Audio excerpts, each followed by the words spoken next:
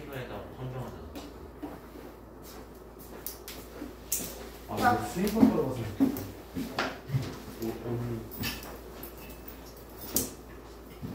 호르몬.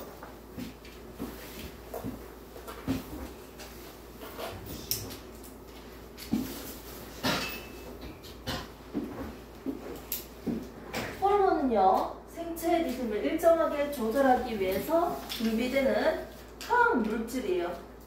생체 내에서 분비되는 화학 물질인데요. 이 물질은 크게 우리가 두 가지 분비샘으로서 분비계로 한번 볼게요.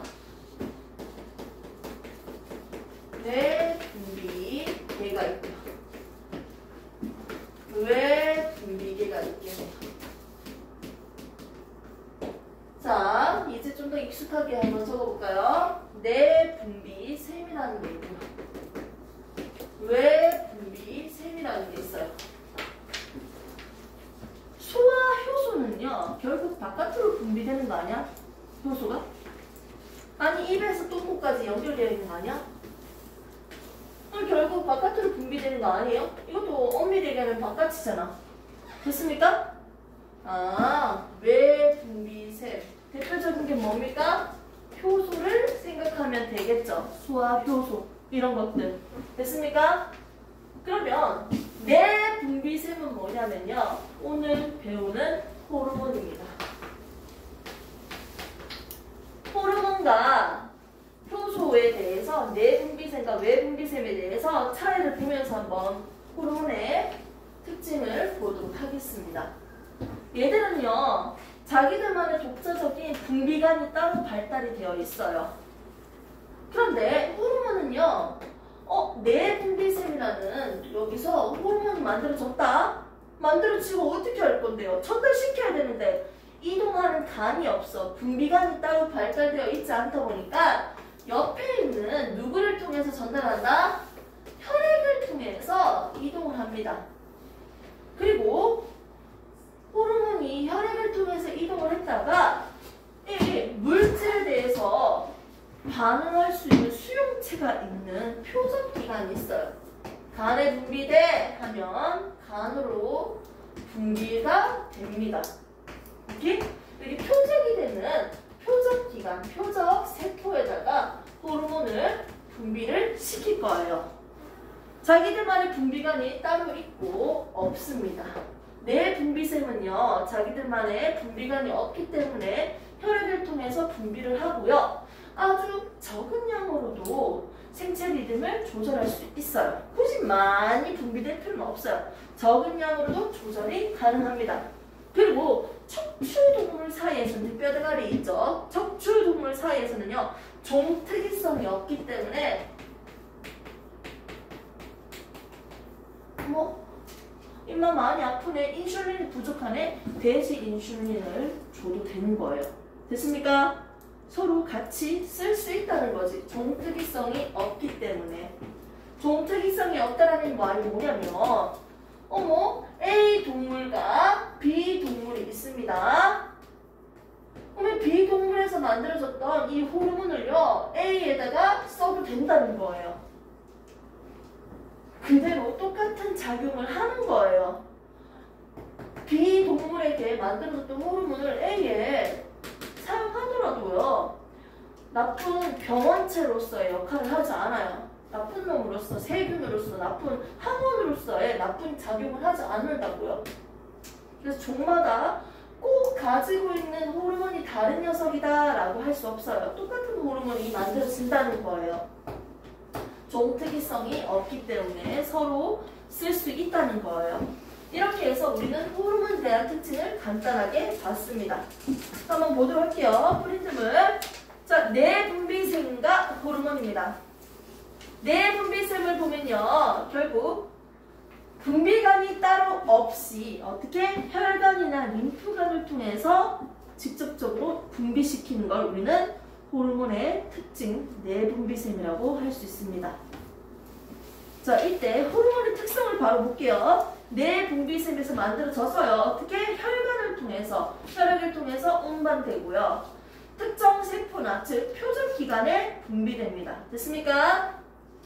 자, 매우 적은 양으로도 조절이 가능하다고 했고요. 호르몬이 너무 많으면 가다증이고요. 적으면 당연히 결핍증이겠죠. 자, 이때 항상 일정하게 조절시키는데 어디에서 이용된다? 항상성에 이용되고 있는 게 바로 내분비샘으로서 분비되는 호르몬의 특징입니다. 생식할 때도 발생할 때도 중요한 역할을 합니다. 호르몬에 대한 터렌테물을 지금 보고 있습니다. 호르몬의 특성 못 찾았으면 이거 다시 빨리 찾으세요. 이거 찾으시면 됩니다. 척추동물 사이에서 종특이성이 없거나 작다. 그래서 호르몬은 대체로 같은 기능이 나타난다는 거죠. 대식거 사람한테 너무 극단적으로 얘기하긴 했는데요. 이렇게 종특이성이 없다. 됐습니까? 했던 얘기를 다시 한 번 더 여기다 했고요. 이렇게 호르몬은요, 앞에서 배웠던 신경계랑도 같이 비교를 할 수 있는데, 호르몬, 그리고 신경계, 호르몬이라는 이 항물질을 가지고 생체 리듬을 조절을 할 건데요. 항물질이야. 이 물질이 분비되면요, 어떻게 생체 리듬을 일정하게 항상 유지시키는데 사용된다고요. 근데 얘랑 앞에서 배웠던 신경계랑 비교를 해보면요, 신경계는요, 아 뜨거워! 내가 때린 부위만 아프잖아요. 그것도 일시적으로요. 맞죠? 작용 범위를 비교를 해볼까요? 어디가 더 넓어요? 넓은 면적에 작용을 한다? 당연히 호르몬이겠죠. 내가 여기를 때렸는데 엉덩이까지 아파요? 아니잖아요. 상상해봤어요. 자, 그 다음에 지속적인 시간도 어디가 더 길어요? 당연히 여기 호르몬이 길지요. 아니 여기 때렸는데 때리고 1시간 동안 계속 아파요. 계속 꾹꾹꾹 눌러져 있는 느낌이 나요. 아니잖아요. 자, 이런 식으로 두 개를 비교를 해볼게요. 전달 속도 당연히 누가 더 빠르다? 신경이 더 빠르다. 작용 범위는 당연히 신경이 좁은 지역이다. 맞은 부분에만 아프다고 했죠. 자, 효과의 지속성도요. 당연히 신경이 짧아요. 지속되는 성. 자, 그 다음에 전달 매체는요. 호르몬은 혈액을 통해서 전달된다 했고요. 신경계는요. 뉴런을 통해서 전달되는 걸 봤습니다. 이렇게 해서 우리가 호르몬의 신경 비교하는 걸 지금 봤습니다. 호르몬의 특징 봤어요?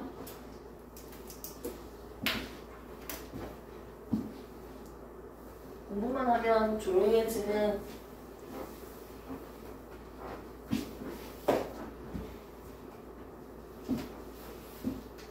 빨리 유전을 하고 싶어요. 얼마나 재밌을까요? 지금 너무 내용 전달만 하고 있어서 좋네요. 자, 굳이 책에 없는 것까지 점점 추가시키고 싶네요. 자, 먼저 사람의 내분비샘에서 분비되는 호르몬이라고 해서 그림 밑에다가 두 가지로도 또 적었어요. 호르몬을 밑에다가 따로 적어 놓기도 하고요. 위에는 그림을 따서 붙여 놓기도 했습니다. 그림 공부할까요? 뇌하 수체의 전엽에 분비되는 호르몬입니다. 생장 호르몬 많이 분비되면 거인증까지 갈 수 있지 않을까요? 겁나 커질 것 같아요. 또는 말단 비대증으로서요. 말단 부분이 커지는 거지. 손도 크고 입도 크고 눈도 크고 발도 크고 말단 부분이 커지는 거예요. 또는 겁나 성장을 엄청 크게 하겠지. 키도 커지고. 자, 적으면요 소인증이 될 수 있겠죠. 자, 그 다음에 갑상생 자극 호르몬. 티록신 분비를 촉진하는 갑상생 자극 호르몬 있습니다. 뒤에 그림 보면서 설명할게요. 부신 겉질 자극 호르몬. 자, 부신이 뭐예요? 콩팥이 콩나물 대가리처럼 생겼다고 했죠? 그러면 콩팥 위에 모자처럼 뚜껑이 톡 있어요. 이걸 우리는 부신이라고 했습니다. 부신. 오케이? 자, 부신 겉질 자극 호르몬. 자극 호르몬. 내용은 일부러 구체적으로 안 합니다, 지금. 자, 전체적인 그림만 쫙쫙 보세요. 모가지에 있는 거 갑상샘, 부갑상샘, 이렇게 좀 나비 넥타이처럼 생겼죠? 갑상샘에서 분비되는 호르몬은 뭐다? 티롭신이라고 적혀져 있어요. 그리고 갑상샘에서 분비되는 호르몬 티록신도 있지만 여기는 뭐가 분비된다? 칼시토닌.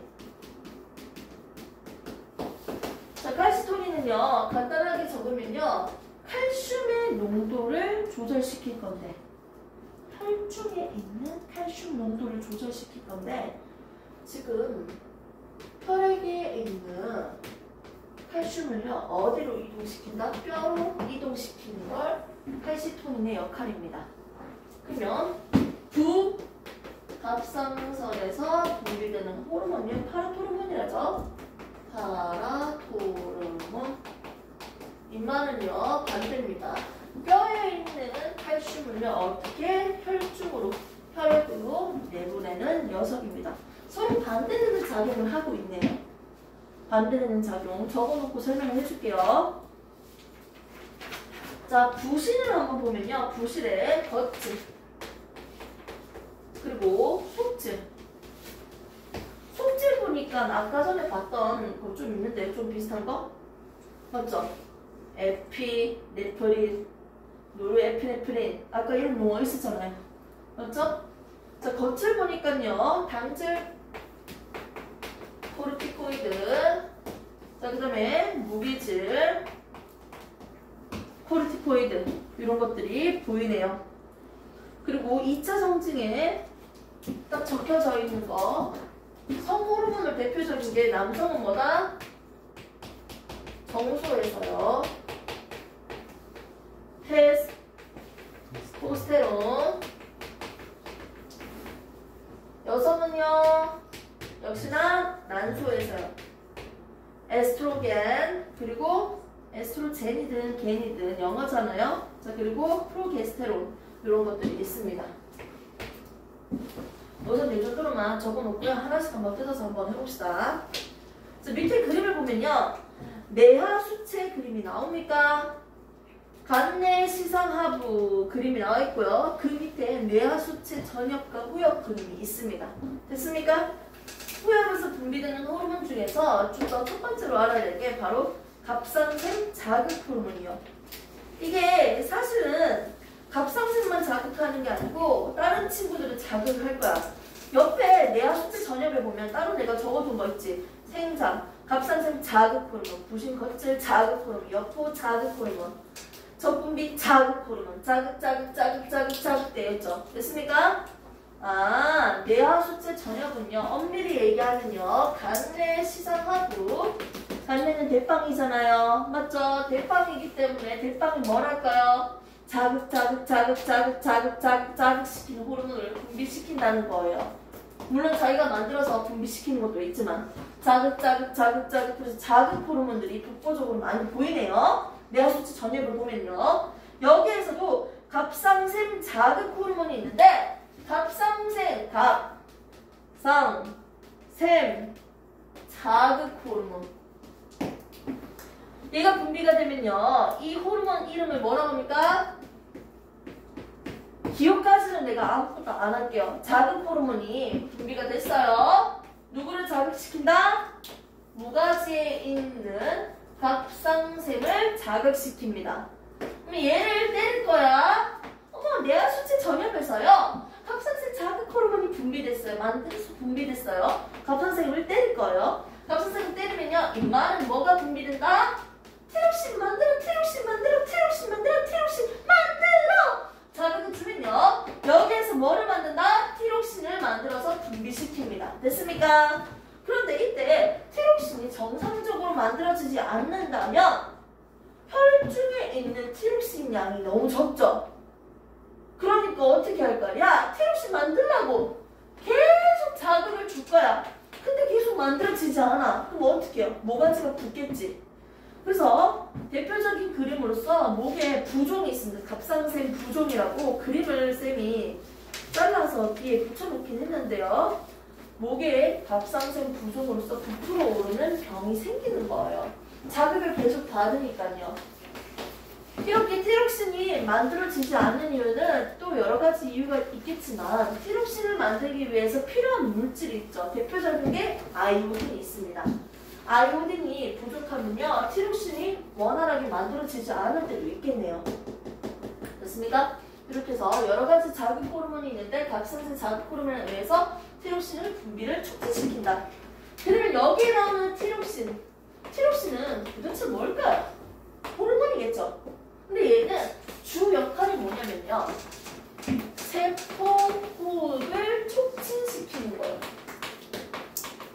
세포 호흡의 양을 증가시키는 거예요. 세포 호흡을 하는 목적은 뭘 한다? ATP를 합성하는 게 주 목적이었습니다. 내가 필요할 때마다 꺼내 쓸 수 있는 에너지를요 만드는 거예요. 영양소, 내가 먹은 영양소 있죠? 밥 먹고 산소 들이마시고 미토콘드리아에서 호흡을 하면요 에너지가 만들어지고요. 부가적으로 배설물, 노폐물들이 만들어지겠죠. 됐습니까? 아무튼 결국 이 에너지를 만들기 위해서 호흡을 하는데요. 지금 호흡을 할 때 대부분 66%는 뭐로 방출된다? 열로 방출되고요. 34%만 ATP로 합성이 됩니다. 됐습니까? 그러면 이 티록신의 분비가 활성화되어야 될 때가 언제일까요? 첫 번째, 추울 때. 내가 겁나 추워. 뭐 어떻게 해야 돼요? 추우니까 열을 많이 발생시켜야겠죠. 열 발생량은 많아야 되고요. 바깥으로 내보내는 양은 적어야겠죠. 방출량은 억제시켜야겠죠. 됐습니까? 내가 너무 추워요. 그러면 열을 많이 만들어야 되기 때문에 무슨 호르몬이 많이 분비돼야 된다? 세포호흡 촉진해! 세포호흡 해! 해서 티록신을 촉진시킬 겁니다. 그럼 세포호흡이 많아지면서 열이 많이 발생되겠네요. 됐습니까? 이렇게 해서 추울 때 티록신의 분비량이 많아진다. 오케이.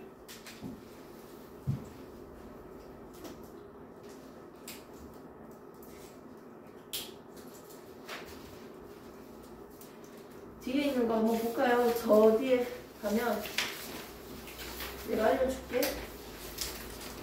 혈당량 조절도 있고요. 그 전에 있는 거. 혈당량 조절 그림만 있는 거 앞에 보면요. 이거 있죠?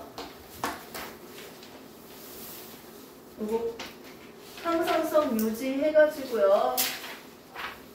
보겠습니다. 이 그림 보세요. 그림. 시상하부에서요. 어디로요? 뇌하수체 전엽으로요.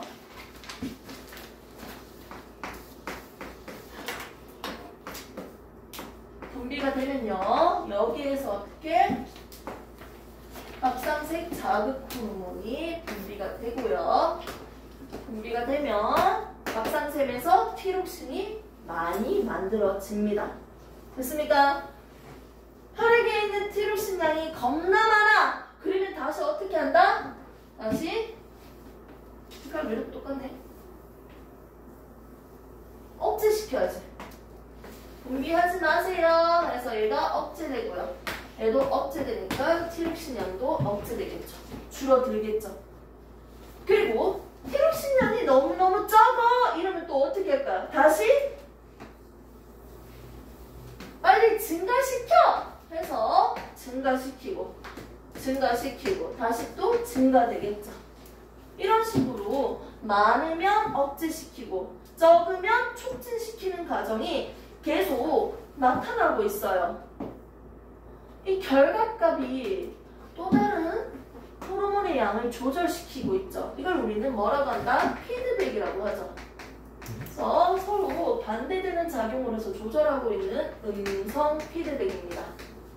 음성 피드백이에요. 이게 서로 음성 피드백으로서 음성 대먹임이라고 하고요. 원인에 의해 결과가 다시 원인에 영향을 미치는 현상이라고 우선 적어놓긴 했어요. 이 과정을 보시면 됩니다. 양성 피드백은 딱 한 개 있죠. 옥시토신 적어놨죠. 밑에 갑상샘 밑에 보면요. 시상하부에서 순서적으로 적어놓긴 했습니다. 그리고 오른쪽에 페이지 보시면 혈당량 조절, 체온 조절, 삼투압 조절 한번 보도록 할게요. 자, 이거 하나만 보고 쉬는 타임 잠시 줄게요. 체온 조절만 먼저 보겠습니다. 체온 조절. 너무너무 추워요. 추울 때 왼쪽, 오른쪽은 더울 때입니다. 됐습니까? 얘들아, 그냥 심심한 김에 우리가 한번 외워볼까? 약자만.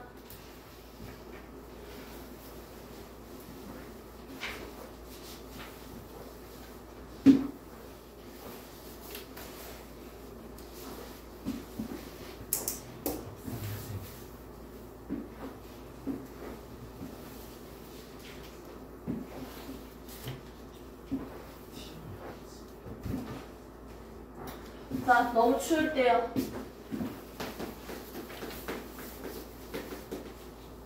호르몬에 대해서 다 배우진 않았습니다. 그럼 내가 배운 호르몬을 한번 적용을 해봅시다. 너무너무 추울 때, 너무너무 더울 때. 두 개로 한번 볼게요.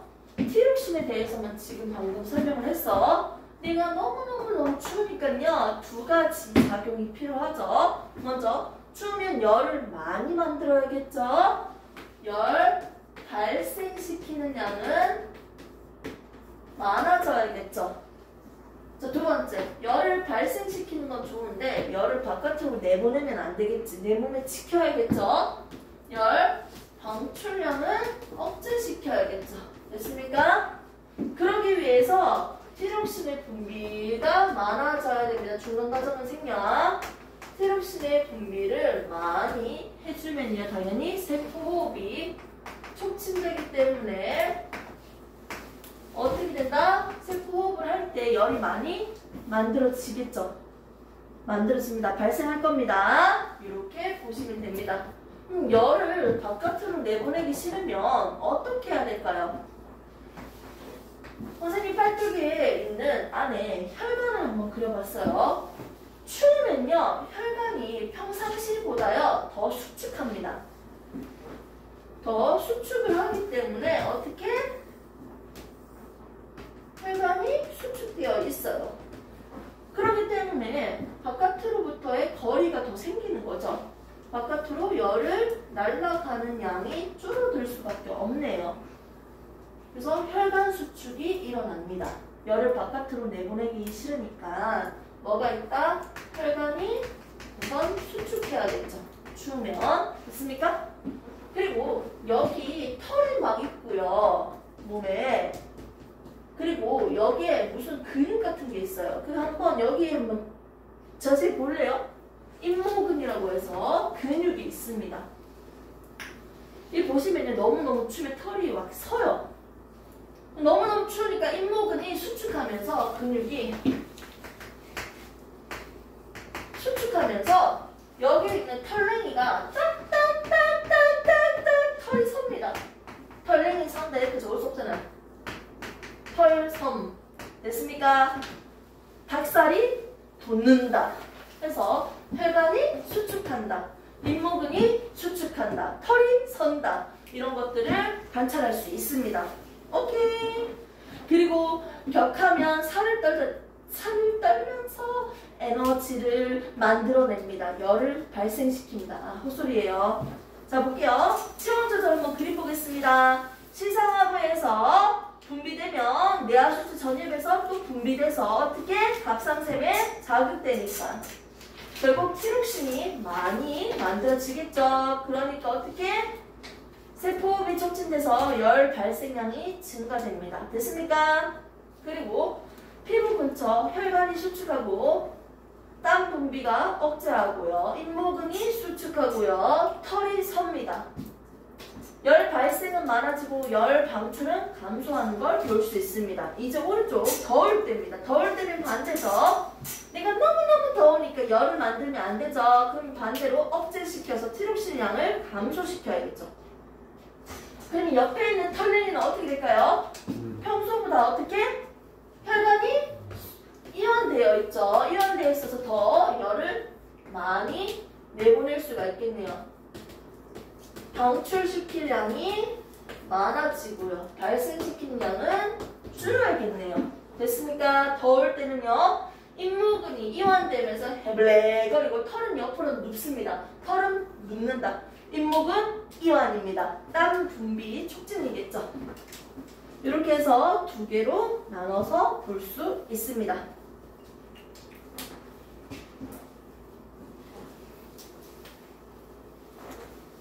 그림으로 한번 더 보셨으면 되고요.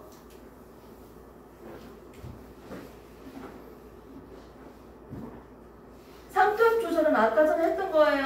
한번 눈으로 먼저 보고요. 문제 몇 개만 좀 풀어봅시다. 삼투압 조절 보시면요. 책3투압이죠. 자, 먼저 중간에 있는 거 보세요. 땀을 많이 흘렸을 때, 물을 많이 마셨을 때, 오른쪽 물을 많이 마셨으니까 농도가 싱거워졌죠? 그럼 물을 바깥으로 많이 내보내야겠네요. 혈장 삼투압이 감소됐다. 농도가 싱거워졌다. 그러니까 어떻게 한다? 재흡수하면 안 돼. 바깥으로 내보내야지. 그래서 항이뇨 호르몬이 억제되면서 재흡수 억제시킵니다. 그럼 바깥으로 오줌 많이 내보내겠죠? 그러면서 혈장 삼투압을 농도를 조절시킵니다. 땀을 많이 흘렀을 때는요. 물을 내가 많이 흡수해야 되잖아. 물을 많이 흡수해야 되잖아요. 물이 바깥으로 많이 나갔으니까 농도가 낮아지고 물이 많이 부족해요. 물을 재흡수를 많이 해야 되니까 어떻게? 항이뇨 호르몬이 증가하면서 재흡수가 촉진돼서요. 오줌량이 감소되고 있습니다. 이렇게 삼투압 조절도 볼 수 있습니다. 혈당량은 옛날에 내가 설명을 했죠? 우선 이 정도 보시고 개인적으로 한번 쫙 공부를 해서 오세요. 정리가 되어 있으니까 다음에 설명을 듣더라도. 그리고 문제 몇 개만 좀 풀어봅시다. 자, 오투책 펼쳐주시고요. 오투책.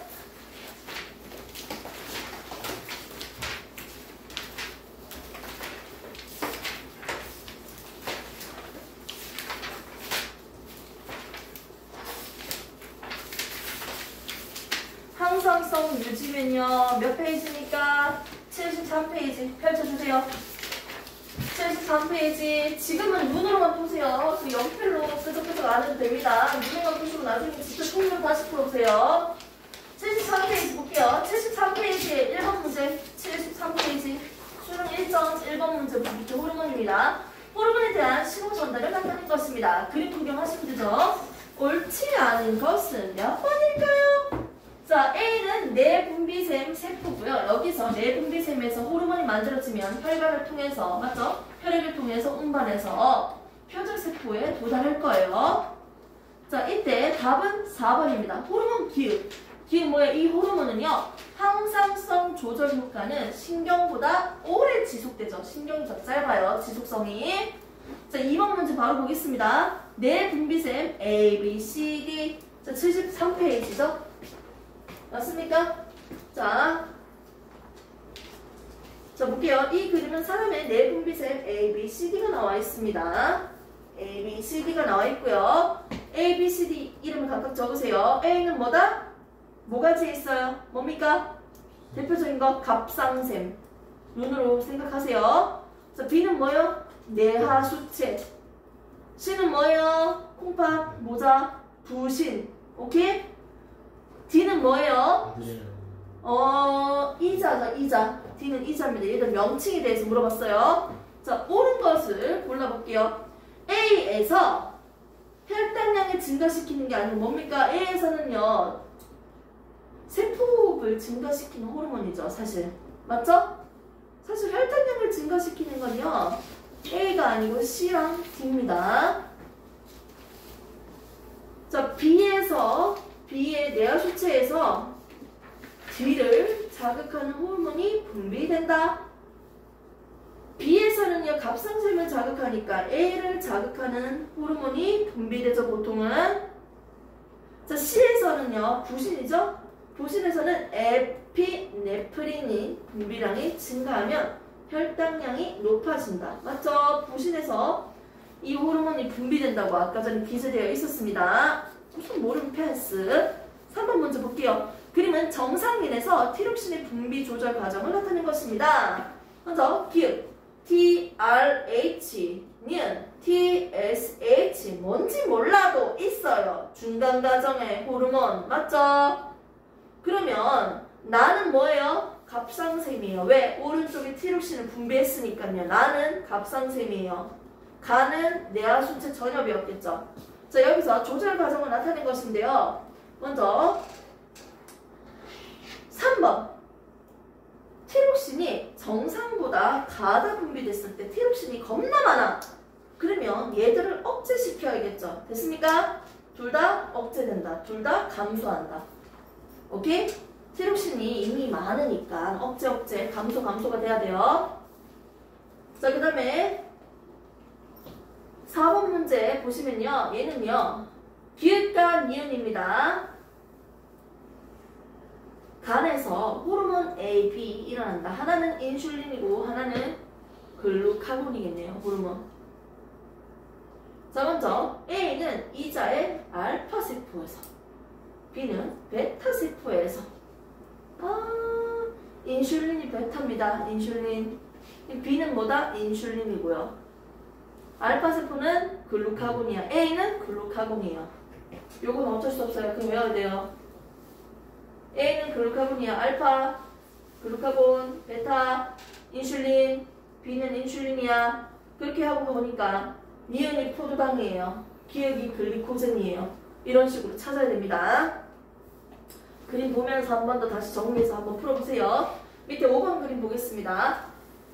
자, 저온 자극이 되니까 아이 추워 해서 조절 중추. 간은 뭐다? 간내입니다. 간내 시상하부. 간내 시상하부고요. 위에 있는 거 A. 이거 뭐다? 갑상샘 자극 호르몬이겠지. TSH. 갑상샘 자극 호르몬이고요.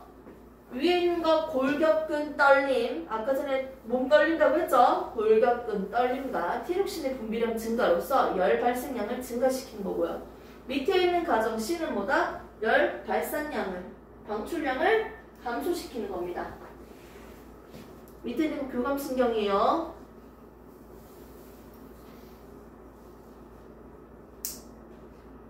밑에 6번 문제 보겠습니다. 자, 내분비샘에서요. 먼저 항인용 호르몬에 대해서 지금 삼투압 조절하는 작용을 나타냈습니다. 항인용 호르몬 분비를 증가한다, 감소한다. 이거 어디에서 만들어서 분비됐어요? 뇌하수체? 전엽이에요, 후엽이에요? 후엽이죠. 항인용 호르몬 ADH는요. 뇌하수체 후엽입니다. 내분비샘 A는 뭐다? 뇌하수체 후엽이에요. 됐습니까? 항인용 호르몬이 많이 분비되면 어떻게 된다? 결국 제흡수가 촉진되겠죠. 제흡수하는 호르몬이니까요. 제흡수 촉진시키는 호르몬이잖아요. 항인용 호르몬 많이 분비시키면 항인용 오줌을 만들지 말라. 물의 제흡수를 촉진시켜라. 그래서 수분 제흡수를 촉진시킵니다. 기획은 촉진이에요. 옳은 것을 골라봅시다. 기획은 촉진이다. 그리고 A는 뇌하수체 전엽이 아니고 후엽이죠. 디귿. 항인용 호르몬의 분비량이 증가하면 어떻게 되면 흡수가 많아지니까 오줌은 적어져야지. 오줌은 적어진다. 오줌은 물이 없으니까 농도가 진해지겠지. 오줌의 삼투압은 증가한다. 맞습니다. 됐습니까? 삼투압 증가는, 삼투압이 크다는 건 농도가 진하다. 삼투압이 낮다는 건 싱겁다. 74페이지 뒤쪽 넘깁니다. 뒤쪽 넘기면 74페이지에 1번 문제 눈으로 푸세요. 간은 뭡니까? 간은 뭐예요? 간은 뭐예요? 호르몬 맞죠? 내분비샘에 대한 그림이고요. 나는요 신경이죠? 호르몬과 신경을 비교하는 거네요. 옳은 것을 골라봅시다. 기획은 A의 표적세포이다. 기획은 뭐예요? 세포잖아요. 분비세포 만들어가지고 기획이 지금 받고 있잖아. 표적세포 맞죠? 근데 누구의 표적세포야? 저 호르몬의 표적세포지. A라는 호르몬의 표적세포니까 맞는 말이죠? 자, 니은 A의 예로는 에피네프린이 있다. 이거 부신에 있었던 호르몬 맞죠? 부신에서 분비되는 거 맞습니다. 호르몬이잖아. 호르몬이. 자, 그 다음에 신호가 기획에 도달하기까지의 속도는 가가 나보다 빠르대요. 아니죠? 신경이 더 빠르죠? 때리자마자 아 뜨거워 하니까 나가 더 빨라야겠죠? 그 답은 기억 니은입니다. 자, 밑에 있는 거 2번 보겠습니다. A, B, C 분비 동물을 나타낸 것입니다. 자, 내화 수치에서 호르몬 A 나오면요, 내분비샘에서 갑상샘, 생식샘, 구실 이런 것들 될 수 있겠네. 그래서 만들어가지고 호르몬 C로서 표적세포에 분비되겠네요. 이건 직접 해보고요. 오른쪽 그림을 보시면요, 이건 좀 고생해보세요. 아이고 씌우기 싫다.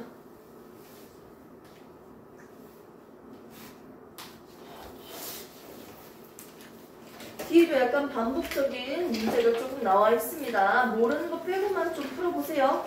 다 안 풀어도 되니까.